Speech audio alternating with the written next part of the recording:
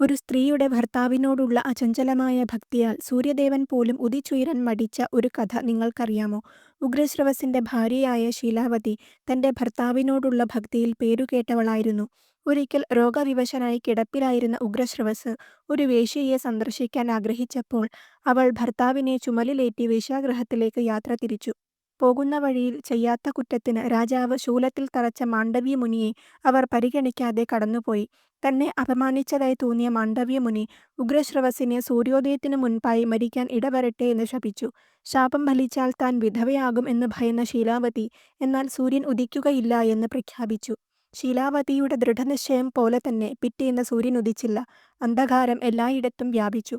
പരിഭ്രാന്തരായ ദേവന്മാർ ശീലാവതിയെ അനുനയിപ്പിക്കാൻ സ്ത്രീരത്നമായ അനസൂയയെ സമീപിച്ചു. അനസൂയ ജനനന്മയ്ക്കായി ശീലാവതിയെ തന്റെ തീരുമാനത്തിൽ നിന്ന് പിന്തിരിയാൻ പ്രേരിപ്പിച്ചു. ഒടുവിൽ ശീലാവതി തന്റെ ശാപം പിൻവലിച്ചു. സൂര്യൻ വീണ്ടും ഉദിച്ചുയർന്നു. എന്നാൽ ഉഗ്രശ്രവസ് മരണമടഞ്ഞു.